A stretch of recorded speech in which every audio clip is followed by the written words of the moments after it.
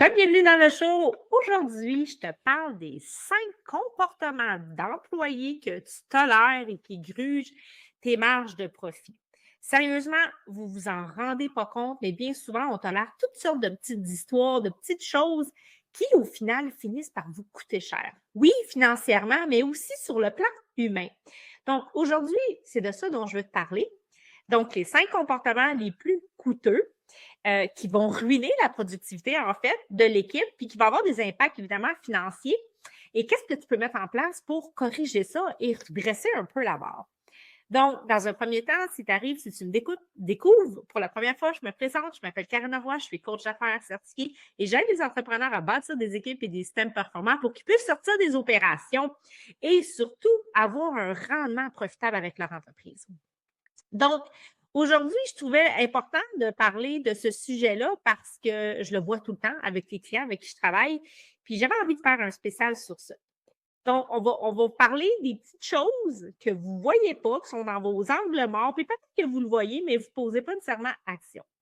Et je veux juste vous donner un exemple, mais tu sais, quand on tolère des comportements, puis là, je vais vraiment le nommer sous forme de comportements improductifs, ben, ça peut représenter à la fin de l'année ben des coûts. Donc, par exemple, comment je pourrais vous dire? Tu sais, c'est parce que ça dépend toujours de votre chiffre d'affaires, mais des fois, c'est dans les 6 chiffres, là, l'impact que ça peut avoir. Donc, c'est ce que je veux, en fait, vous démontrer aujourd'hui. Donc, en général, par exemple, pour une entreprise de 10 employés, on pourrait avoir un chiffre d'affaires peut-être d'à peu près 750 000, 1 million de chiffre d'affaires à 2 millions. Ça dépend évidemment de notre secteur d'activité, mais tu sais, si on a une entreprise qui génère, par exemple, 1 million de chiffre d'affaires, avec une équipe 10 d'employés, par exemple, OK? Chaque employé peut produire en moyenne l'équivalent de 100 000 en valeur par année. Ça, on va juste le découper comme ça. C'est sûr, c'est pas coupé au couteau, mais je vais vous donner une idée. Donc, si la perte de productivité coûte 100 000 à 250 000, donc on parle de 10 à 25 du chiffre d'affaires, ça commence à faire beaucoup d'argent. Et souvent, ben, les entrepreneurs ne font pas cet exercice-là, ne calculent pas ça, puis votre inefficience aussi à vous-même, à avoir tout le temps les deux pieds dedans, va interférer sur ce que je vais vous présenter aujourd'hui. Donc, vous avez une marge, un gain de 10 à 20 bien souvent que vous fallait récupérer simplement en réglant, en ne tolérant pas des comportements, en ne laissant pas passer des choses finalement. Donc, je vais commencer avec les 5 points. Donc, la première des choses, c'est la baisse de productivité intentionnelle. Donc, les gens qui font du présentéisme, qui sont là pour faire leurs heures. Mais ça, là, ça me coûte excessivement cher. C'est des pertes de temps. Donc, par exemple, un employé qui va être là à 80 par exemple, de sa capacité, ça ralentit toute l'équipe, toute votre production. Et tu sais, si on parle d'une entreprise avec 10 employés qui perd 30 minutes par jour, ben, c'est 1250 heures de perdu par année. Ça représente l'équivalent d'un employé à temps complet à rien faire. Donc, je veux que vous soyez sensible à ça. Et vous avez un rôle à jouer dans votre leadership. OK? Donc, il faut mettre en place, pour s'assurer qu'on ne voit pas ça passer sous le collimateur, il faut mettre en place des objectifs clairs et mesurables. Donc, il faut mesurer le travail, en fait, la production par employé. C'est pour ça que c'est important de donner des objectifs à vos employés. Donc, on leur donne évidemment sur quoi qu'on va les mesurer aussi. Puis, il faut que vous transmettiez cette information-là, sinon, ça ne changera pas. Donc, ça, c'est super important. Il faut mettre des suivis réguliers de votre côté de ces indicateurs-là, pas juste le travail bien fait. Plus vous allez être spécifique, et ça, c'est un défi, là, quand on commence, les gens ne sont pas habitués à être spécifiques, plus vous allez avoir des résultats. Donc, si par exemple, vous reprenez 1 heure de productivité par semaine sur chaque employé, puis sur 10 employés, c'est quand même pas loin de 15 000 peut-être dollars par année que vous pouvez aller récupérer en revenus, en profit dans vos poches. Là, on parle pour un salaire moyen d'à peu près 25 de l'heure. Mais c'est juste pour vous donner une idée. Maintenant, la deuxième des choses, la mauvaise attitude et les climats toxiques. Et ça, là, ça vous coûte cher plus que vous pensez, OK? Un employé toxique va réduire la motivation, ça écœure tout le monde autour. Et puis, ça crée des tensions, ça fait fuir les personnes qui sont travaillantes, les personnes qui veulent s'investir parce qu'elles sont découragées de subir des comportements ou des propos de personnes qui contaminent. Hein. Vous connaissez toute la pomme pourrie, mettez un fruit pourri avec d'autres fruits sains, ça contamine les autres. C'est la même chose dans votre entreprise. Fait que si vous savez que ça se passe et que vous ne faites rien, vous comme contribuez à ça et vous vous nuisez vous-même. Donc, une entreprise qui a un taux de roulement de 30 juste par exemple, parce que ça peut être des départs, bien, c'est que tes coûts vont exploser juste à toujours embaucher, former, puis quand tu as un nouvel employé, il n'est jamais productif à 100 dès le départ. Il faut qu'il s'approprie, même s'il est super compétent, il est quand même nouveau dans votre entreprise, je le répète souvent. Donc, l'action clé, tolérance zéro. Ne tolérez pas les comportements toxiques. N'ayez pas peur de perdre des employés. Vous allez gagnant au final. Souvent, on pense qu'on est mal pris, qu'on a les mains liées, qu'on n'a pas le choix. Non, vous avez toujours le choix. Puis plus vous allez laisser partir les mauvais éléments, plus les bons vont arriver. Ça, c'est comme un petit peu la loi de l'attraction. Ça, c'est la réalité dans toutes les sphères de votre vie aussi. Là. Je veux juste le dire. Donc, identifiez vraiment vos employés qui drainent l'énergie de l'équipe. Puis, il y a un outil avec lequel je travaille que j'ai pas vraiment beaucoup parlé encore ici, mais ça peut être super intéressant. Ça s'appelle Work Well Together et on dresse des profils émotionnels et on peut faire des matchs relationnels. Et ça permet aussi de voir des dynamiques et des cohésions d'équipe. Donc, est-ce qu'une équipe va bien travailler ensemble? Et chaque personne dans l'équipe, va-t-il être un élément qui va tirer l'équipe vers le haut ou qui va tirer l'équipe vers le bas? Donc, bref, si ça te parle, tu aimerais en savoir plus, je n'invite surtout pas pour venir m'écrire. Mais je reviens aux actions. Donc, on ne tolère pas les comportements toxiques. Si vous les tolérez, ça ne va pas changer. Donc, on met en place des entretiens puis du feedback régulier. Et s'il faut donner des sanctions aux gens puis là, restez vraiment axés sur les comportements, non des attitudes, mais vraiment des choses qui sont observables, des comportements observables. Et là, vous allez devoir adresser vos attentes. Et s'il faut donner des sanctions, vous en donnez. Et s'il faut se rendre au congédiement, bien, des fois, il faut se rendre au congédiement. Faites juste le deuil de ça. Acceptez ça. Préparez ce départ-là. Préparez-vous avant de faire peut-être un move, mais vous pouvez mettre des choses en place. Donc, qu'est-ce que ça peut avoir comme impact financier? Bien, diminuer le roulement de 30 à 15 donc on fait juste diminuer de 15 Si vous avez une entreprise qui fait, par exemple, 1 million de chiffre d'affaires, ça peut représenter peut-être un 50 000 de plus dans vos poches. Donc, qui n'aurait pas besoin d'un 50 000 de plus dans ses poches? Dites-moi-le. Si vous aimez ce que je vous dis, si ça vous aide, s'il vous plaît, faites un j'aime, abonnez-vous à la chaîne, ça m'encourage et ça me donne la motivation de continuer à vous donner du contenu de valeur comme ça à chaque semaine. La troisième des choses que vous comportez, c'est le travail mal fait et les erreurs fréquentes. Bon, personne n'est parfait, je le sais. Puis vous allez avoir toujours des employés qui vont faire des erreurs, mais tu sais, il y a un dicton qui dit « tu as le droit de faire une erreur, mais tu n'as pas le droit de 2 fois de faire la même erreur ». Tu sais, un moment donné, il faut que les gens aussi apprennent de leurs erreurs. Donc, si vous tolérez toutes les erreurs puis vous les excusez, « oh, ben, tu sais, il est perdu, oh, ben, il est super bon, mais il oublie tout, oh, ben, il se trompe souvent », ben, vous acceptez. Donc, vous n'êtes pas en train. Puis, ce que vous faites, c'est que non seulement vous acceptez, mais souvent, vous le mettez sur vos épaules. Fait que là, vous n'êtes pas en confiance, ils ne sont pas autonomes. Vous êtes tout le temps en train de regarder en arrière qu'est-ce qu'ils font parce que vous savez qu'ils font des erreurs, puis vous devez valider. Donc, ce n'est pas comme ça que vous allez vous sortir des opérations. Donc, un employé qui commet, par exemple, 5 erreurs par semaine, puis qui demande à chaque fois 1 heure de temps pour corriger l'erreur, peut-être de votre temps à vous, même peut-être plus, ben, c'est un employé qui vient de te coûter 7 500 $ par année. On parle d'un employé qui gagne entre 25 et 30 $ de l'heure. Donc, imagine si vous en avez 10 comme ça qui font ça, puis vous tolérez ça. C'est un chiffre qui monte vite, mais c'est vraiment ça que vous avez envie. Donc, mettez vos standards, ne baissez pas vos standards, mettez vos standards, toujours adressez vos attentes.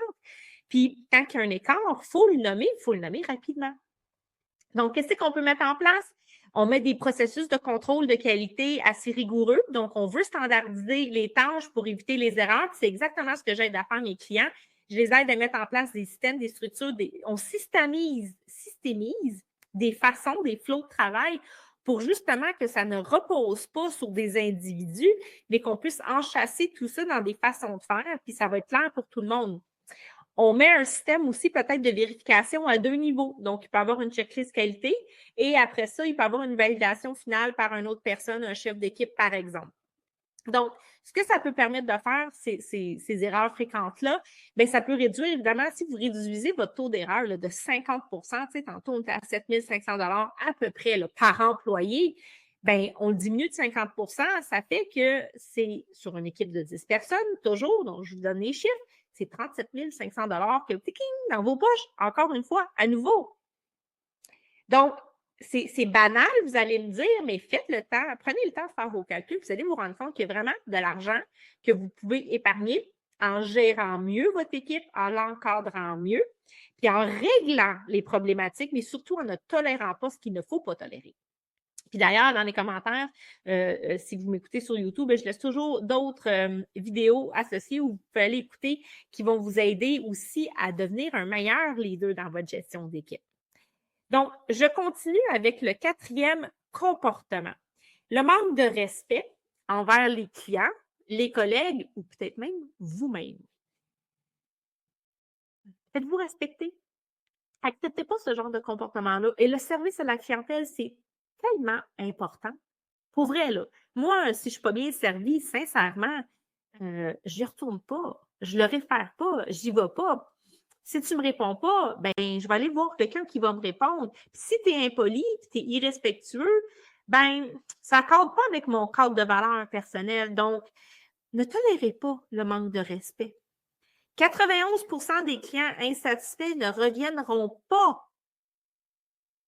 Perdre un client qui représente 5 000 $ par année, tu sais, c'est 25 000 de pertes sur 5 ans. Pensez-y, ne tolérez pas ça. Vous avez mis des années, des fois, à bâtir votre business. Laissez pas quelqu'un saboter ça parce que lui, il a une mauvaise journée puis ça ne tente pas. Il est juste pas la bonne personne qui n'est pas à la bonne place. Donc, former puis responsabiliser l'équipe, c'est vraiment la clé là, vers l'autonomie et la performance. Ça va toujours passer par la responsabilisation. En premier, vous devez vous responsabiliser. Puis après ça, vous devez amener l'équipe à se responsabiliser, surtout sur le service à la clientèle. Donc, mettre en place un processus de feedback client, des sondages de qualité, des suivis après que le service a été donné ou peut-être même pendant, si c'est des étapes qui sont longues.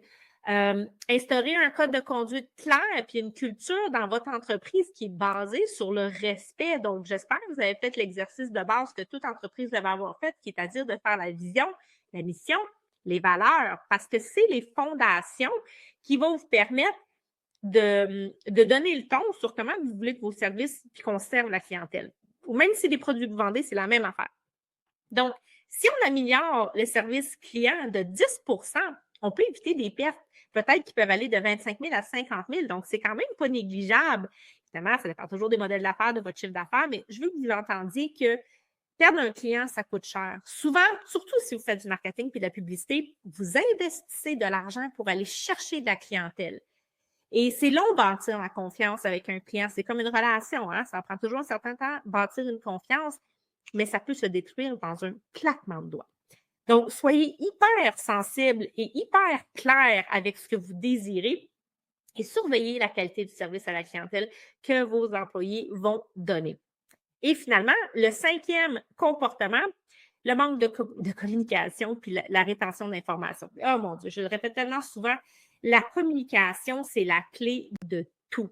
Donc, des mauvaises communications, tu sais, c'est pas bien expliqué, la transmission d'informations ne se fait pas, ça coûte cher à la productivité. Ça fait que des fois, il va peut-être avoir des doublons, les gens ne comprennent pas exactement ce qu'ils ont besoin de faire, ou ils avaient besoin, ils attendaient de l'information, mais ils n'ont pas eu l'information, fait qu'ils ont peut-être pris trop d'initiatives ou ils les ont pas pris.